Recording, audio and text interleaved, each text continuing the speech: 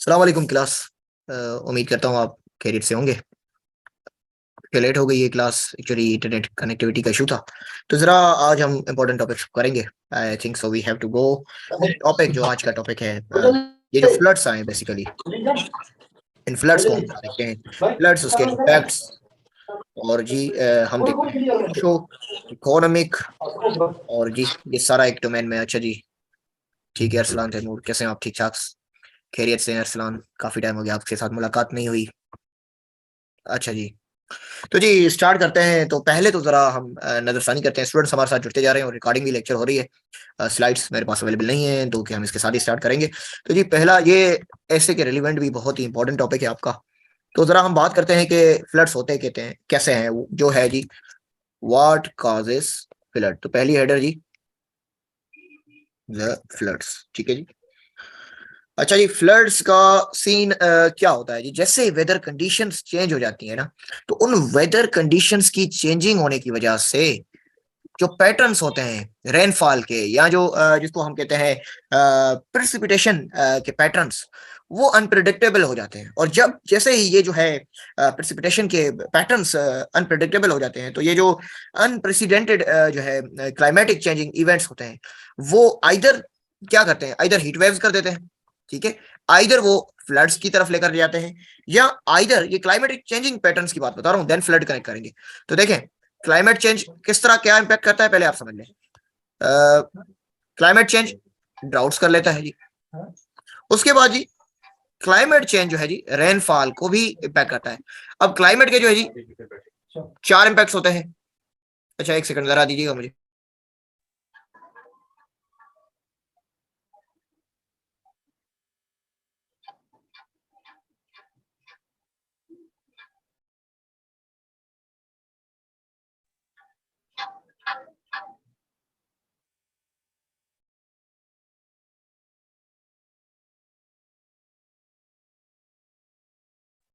अच्छा जी, ये weather patterns का मैं बता रहा था कि उनके साथ इंपैक्ट्स क्या होते हैं, जरा लिखें ये जी वेदर पैटर्न्स जब अनप्रेडिक्टेबल हो जाएं यार। अच्छा इसको उसमें लिखूं, मजा नहीं आता अगर इसको कैपिटल में ना लिखें। अच्छा ये वेदर पैटर्न्स जो है अनप्रेडिक्टेबल हो गए, तो इसकी वजह से जी चार पांच सिनारियो बन गए। क्या?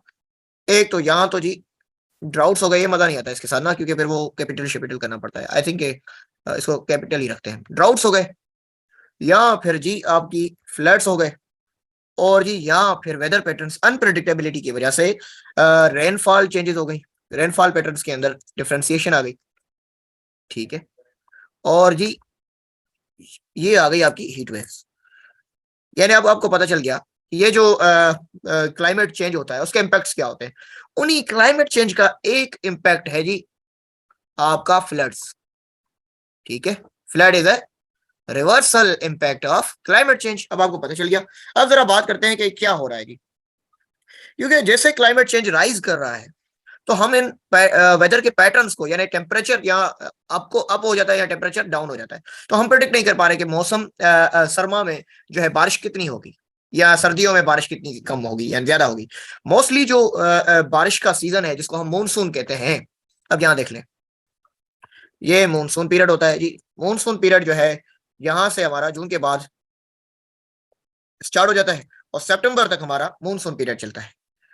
बट अब ये मानसून पीरियड इस वेदर के पैटर्न के चेंज होने की वजह से हमारे यहाँ ये पैटर्न जो है जी सितंबर से राइज करके नवंबर तक हो गया है। तो यानी हमने देखा कि जो चेंजेस थी रेनफॉल पैटर्न में, जो पहले रेनफॉल्स होती थी, उसकी वजह से अब रेनफॉल की इंटेंसिटी इंक्रीज हो गई। जब रेनफॉल की इंटेंसिटी इंक्रीज हो गई, तो उस इंक्रीज इंटेंसिटी के साथ साथ आपके यहाँ जो दो किस्म के फ्लड्स आ गए। फॉर एग्जांपल हमने दो किस्म के फ्लड्स देखे। हमने कराची के अंदर और बिग सिटीज के अंदर अर्बन फ्लड्स देखे।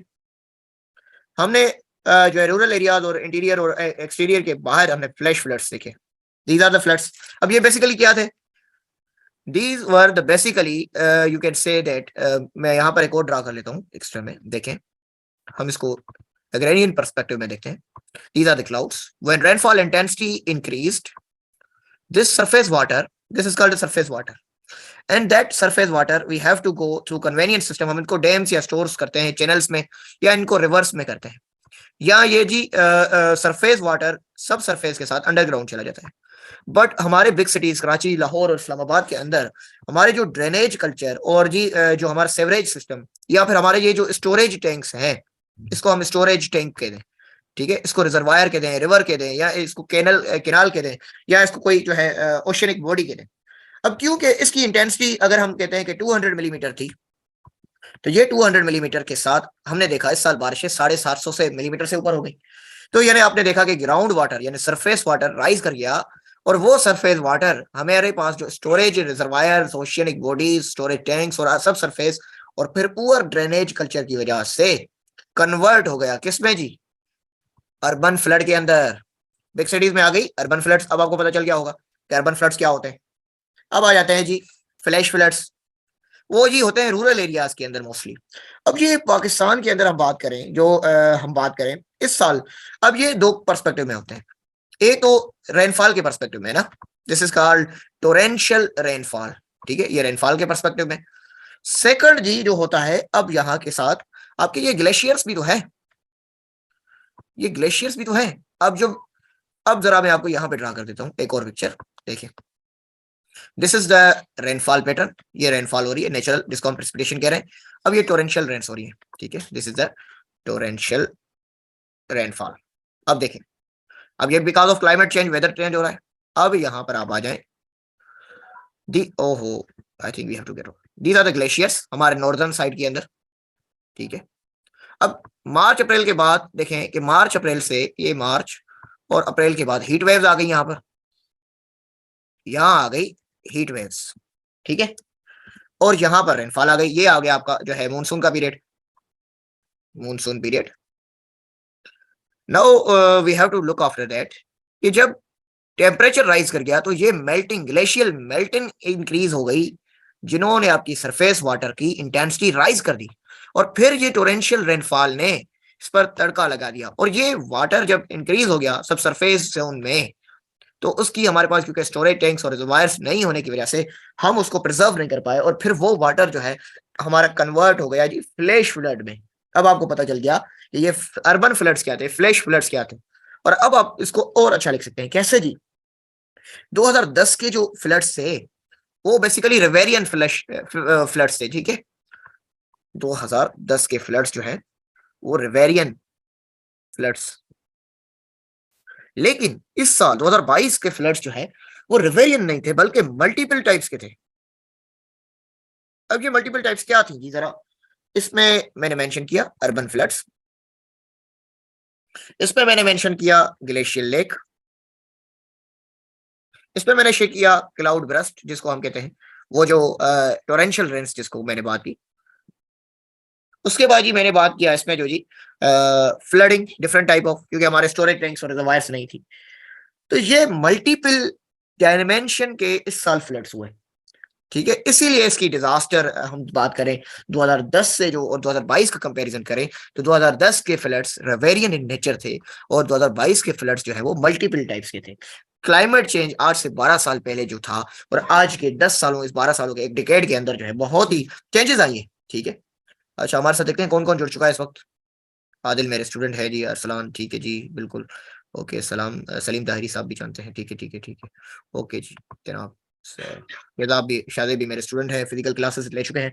अच्छा जी जरा हम अब इसको नेक्स्ट जो है स्टार्ट करते हैं कि इसके इम्पैक्ट्स क्या हुए।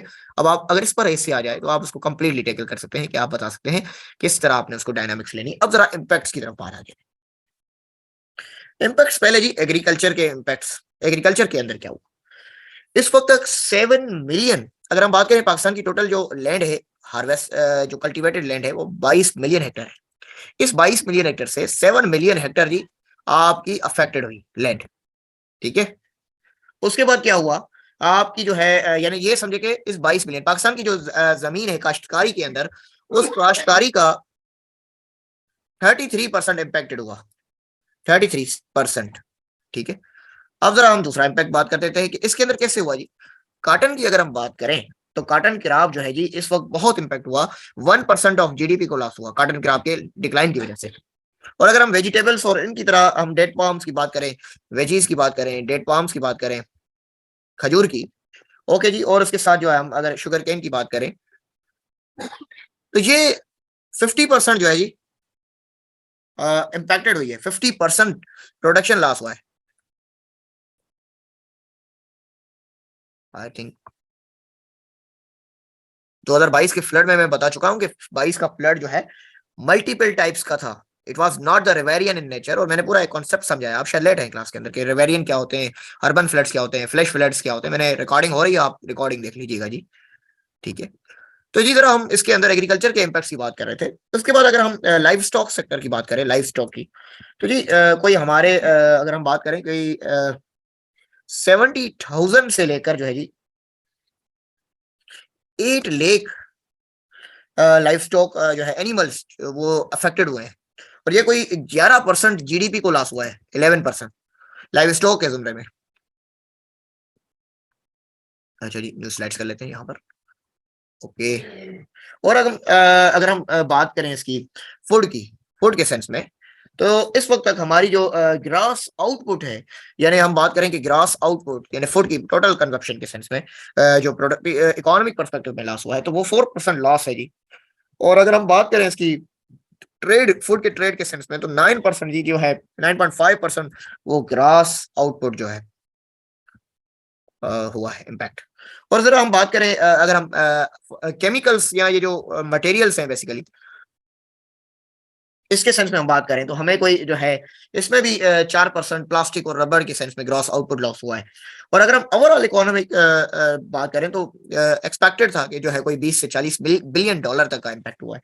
इंफ्रास्ट्रक्चर की बात करें, इंफ्रास्ट्रक्चर, कोई क्वेश्चन है किसी का शायद? ओके ठीक है। अगर हम इंफ्रास्ट्रक्चर की बात करें तो इस वक्त तक जी 1 मिलियन घर जो है, होम्स, वो डिस्ट्रॉय हो चुके हैं, 1 मिलियन। और जी जैसे बड़े बड़े ब्रिजेस हैं, रोड्स हैं और नेटवर्क्स हैं, वो भी डैम्स भी टूट चुकी हैं। इन्फ्लेशन की बात की जाए तो इन्फ्लेशन 30% इंक्रीज हो चुकी है, ठीक है। और अगर हम बात करें इसके बाद पॉवर्टी और अनएम्प्लॉयमेंट की, तो जो पॉवर्टी और अनएम्प्लॉयमेंट रेट है जी, इसके बाद अनएम्प्लॉयमेंट वो जी 36% हो चुका है ओवरऑल, दोनों मिला के। और फिर जीडीपी की ओवरऑल अगर हम लोकेशन बात करें तो इस वक्त पाकिस्तान को जो है जी अगले साल तक भी बात की जा रही है कि 5% तक जीडीपी को लॉस होगा कंट्री को, और एक बड़ा इकोनॉमी जो है जी थॉट है। स्टेटिस्टिक्स रिपोर्ट और जी ओके, इसको लिख दो आप, SBP, state bank of Pakistan, state bank of Pakistan की रिपोर्ट है जी सारी ये ओवरऑल। ओके, नाउ जी हम बात करते हैं अब इसको प्रिवेंट कैसे किया जाए, कंक्लूजन की तरफ जाते हैं हम, प्रिवेंट कैसे जाए। अब मैंने एक आपको ओवरऑल ऐसे करवा दिया है, ठीक है। आपने ऐसे किस तरह करना है, मैंने मिक्स करके चलाना है क्लास को। ओके, तो अब आप प्रिवेंशन की तरफ जाएं। पाकिस्तान, इसका टॉपिक ऐसा बन सकता है recent floods, floods in Pakistan impacts and way forward, इस तरह हो सकता है। तो फ्लड अगर पाकिस्तान पे आए तो आप हर डोमेन के अंदर बात कर सकते हैं, स्कूल्स, इंफ्रास्ट्रक्चर। प्रिवेंशन क्या होनी चाहिए भाई? प्रिवेंशन जी मैंने आपको बताया था हर क्लास के अंदर मैं एक ऐसे पाकिस्तान करंट अफेयर को मिला के चलाता हूँ आपके आपके साथ।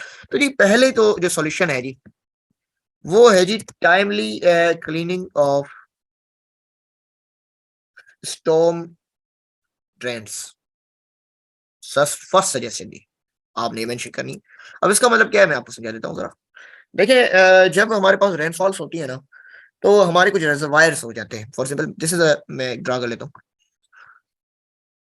This is a reservoir and that reservoir have some below belt जो है जी, ये एरिया होता है, ये एक रिजर्वायर है। फॉर एग्जांपल मैं बात करूँ सखर बैराज की। अब इस सखर बैराज की यहाँ पर डेप्थ पे जहां से वो गेट्स हैं, यहाँ पर जी ये गेट्स हैं, ये ऊपर का हिस्सा है, ये नीचे का हिस्सा है। This is the storage tank, ये कंप्लीट ओवरऑल स्टोरेज टैंक है। बट नाउ यहाँ पर अगर आप, मैं यहाँ पर दिखा सकूं, अगर यहाँ पर ये ड्रा हो सकता है, अच्छा मेरा नाम ड्रा कर रहा है, okay this one, if it is can draw that, no this is not another one, okay. तो यहाँ पर देखें यहाँ पर जो है डेब्रिस या आप सिल्ट, यहाँ पर जो रेती आप जो कहते हैं इन स्टोरेज टैंक्स की रेती यहाँ पर इंक्रीज हो जाती है, बढ़ती जाती है, बढ़ती जाती है, बढ़ती जाती है। जैसे जैसे वो जो है स्टोम जो टैंक्स है उनकी जो समझे कि सिल्टिफिकेशन होती जाती है, तो इसकी स्टोरेज टैंक की जो है वो समझे कि कैपेसिटी रिड्यूस हो जाती है। तो हमें करना क्या है, हमें डीसिल्टिफिकेशन यानी क्लीन करना है उन स्टोरेज टैंक्स की, ये जो डीसिल्टिफिकेशन का प्रोसेस है, ताकि इनकी अगर इसकी कैपेसिटी 10 मिलियन क्यूसेक है तो 2 मिलियन क्यूसेक तो इस रेती ने ले ली होगी, स्टॉर्म ने टैंक ने ली हुई। तो हम जब इसको डीसिल्टिफिकेशन करेंगे तो ये जो है इसकी कैपेसिटी इंक्रीज हो जाएगी। तो टाइमली क्लीनिंग जो है वो सबसे बड़ा आपके लिए वे फॉरवर्ड है। ठीक है, सेकंड वे फॉरवर्ड की तरफ आ जाते हैं। ठीक है, मैं कैसे करवा रहा हूँ पहले भी मैं आपको बताया था, क्लास टाइम पे ले लिया करें, आपके ही फायदे की बात है। अच्छा जी, फिर ये इंक्रीज करें प्लांटेशन, इंक्रीज इन प्लांटेशन। अब इसका पर्पस क्या होता है जी, जब आप ट्री प्लांट करते हैं ना, तो जी वो दो पर हेल्प करता है, एक तो एनवायरनमेंट बेटर करता है और दूसरा आपकी प्रिवेंट करता है फ्लड्स को। ठीक है, अब जो रिवर बॉडीज है ना, क्योंकि ये प्लांट जो है वो इनंडेशन का काम करता है, जो है उसको स्टॉप करता है ओवरफ्लो वाटर को।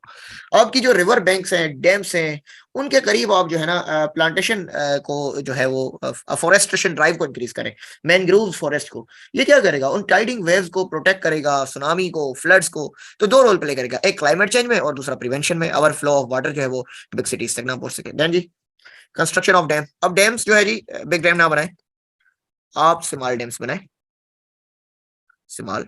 आप रिजर्वायर्स बनाए, आप जो है जी स्टोरेज टैंक्स बनाए, हर एक सिटी में बनाए, हर सिटी में। जी जी बिल्कुल, सॉइल इरोजन जो है ये इरोजन होगी जी सॉइल कंजर्वेशन के थ्रू। सॉइल इरोजन जो है वो तो बेसिकली एक बड़ा ही अफेक्ट होता है। अगर हम बात करें कि जो है जैसे ही ये इनंडेशन स्टार्ट हो जाती है, विंड बड़ा रोल प्ले करती है इसमें, सॉइल इरोजन में जी वाटर और विंड बड़ा एक रोल प्ले करता है। और अगर हम बात करें, अगर हम सिंध की तरफ चले जाएं तो ये अगर हम मैं ड्रा कर सकूं यहाँ पे, तो मैं आपको एक केस स्टडी बता रहा हूँ सॉइल इरोजन की। अब this is the Indus basin delta, ये पूरा कराची से होता हुआ ये एरिया है जिसको हम कहते हैं Thatta. This is Thatta, this is area, and then there is a Badin. अब ये delta, this is you can say this is the Indus basin delta, basin delta, this is Indus basin delta Karachi की तरफ, ये जिसको हम अरबियन सी कहते हैं, Arabian sea. Now you can say now आप देखिए कि इसने हम इस अरबियन सी को हम मिक्स वाटर चाहिए होता है, इसको फ्रेश वाटर भी चाहिए होता है, वरना सैलिनिटी जितनी इंक्रीज होती जाएगी वाटर की, वो सैलिनिटी ने इस ठटा और बदीन के अंदर जो है सॉइल को इरोड करना स्टार्ट कर दिया है और बहुत सारी जमीन बंजर हो गई है। देयरफॉर हम क्या करते हैं, ये जो फ्रेश वाटर होता है हमेशा जो है वो उसका एक चौथाई हिस्सा जो है हम इस कराची वाले अरबियन सी को देते हैं, इस सॉइल इरोजन से बचने के लिए। तो फ्लड्स बेसिकली सॉइल इरोजन के लिए एक समझे के बहुत इफेक्टिव रोल प्ले करते हैं उनको। तो और वो सॉइल इरोजन जो है आप कैसे रिड्यूस कर सकते हो, सॉइल कंजर्वेशन के थ्रू। और सॉइल कंजर्वेशन में सबसे बड़ा रोल है जी इसका प्लांटेशन का।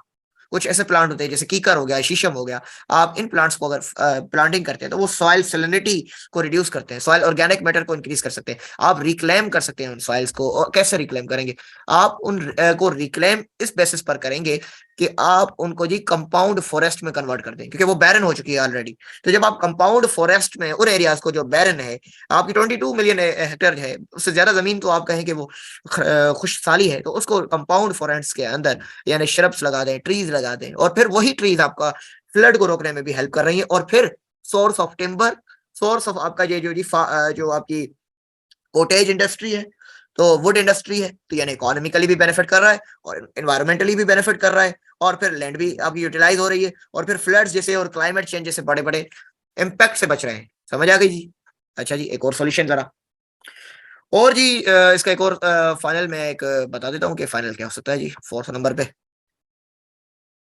अच्छा जी, keeping stock of dewatering pumps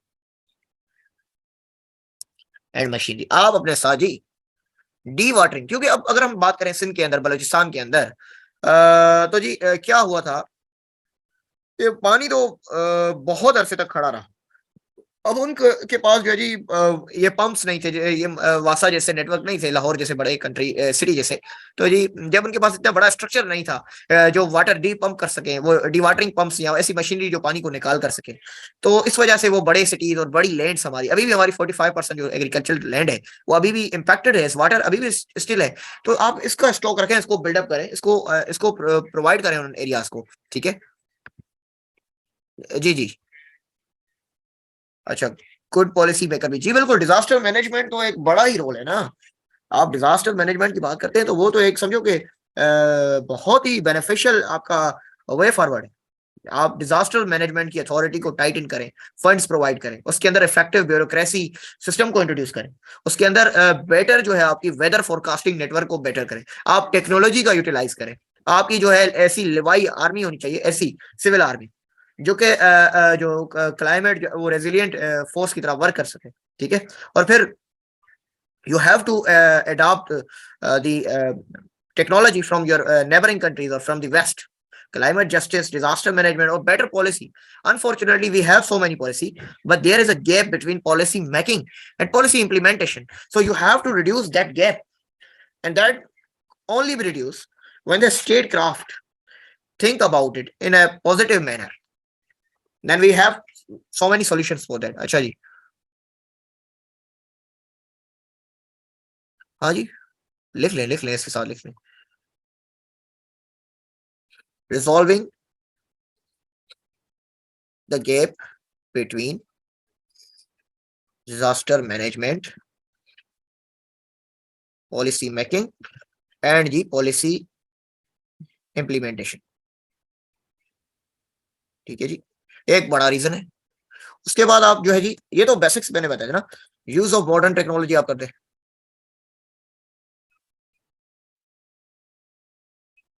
और फ्यूचर। आप उसके साथ एक और मैयर ले लें। आप जो है जी आप पीएस की पब्लिक सेक्टर जो डेवलपमेंट प्रोजेक्ट्स हैं, प्रोजेक्ट्स में इंक्रीज कर दें फंड्स। आप बेटर कर दें जी कंट्री के जो सेवरेज एंड ड्रेनेज नेटवर्क है।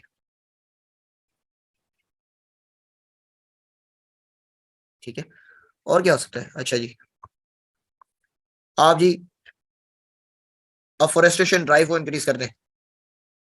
और क्या हो सकता है जी? अच्छा जी, आप जो है डिजास्टर मैनेजमेंट अथॉरिटी को बेटर कर दें। ठीक है, आप जी जो है ग्लोबल जो है एक जो है आप मूवमेंट लॉन्च करें ताकि आपको फंड मिल सके। और इसका एग्जांपल हमें मिला क्लाइमेट जस्टिस जिनेवा में जो कॉन्फ्रेंस हुई। ठीक है जी, तो दिस वाज इट। बहुत ही इंपॉर्टेंट टॉपिक था जी, ऐसे के रिलेवेंट भी था, और फिर इस साल ये एक पाकिस्तान करंट अफेयर के रिलेवेंट भी था। और आई होप सो कि अब आपके पास इतने आप वेट ब्लैंक नहीं होंगे, आपके पास बहुत सारे आइडियाज होंगे, आप इसको जनरेट कर सकते हैं। और इसके साथ साथ मैं जो है जी आपको असाइनमेंट्स भी देता रहा हूँ। आपने जो है स्टूडेंट्स से काफ़ी भेजी थी, मैं उनको चेक करके भेजूंगा, और न्यू टॉपिक पे आपको मिल जाएगा, आप उसको भी जो है भेजिएगा जी। इसी का कोई क्वेश्चन, कोई क्वेश्चन है या कोई क्यूरी है या कोई बताना चाहते हैं, कोई सजेशन, कुछ बातचीत? तो we have only 6 minutes left recording में जी, पॉज कर देता हूँ।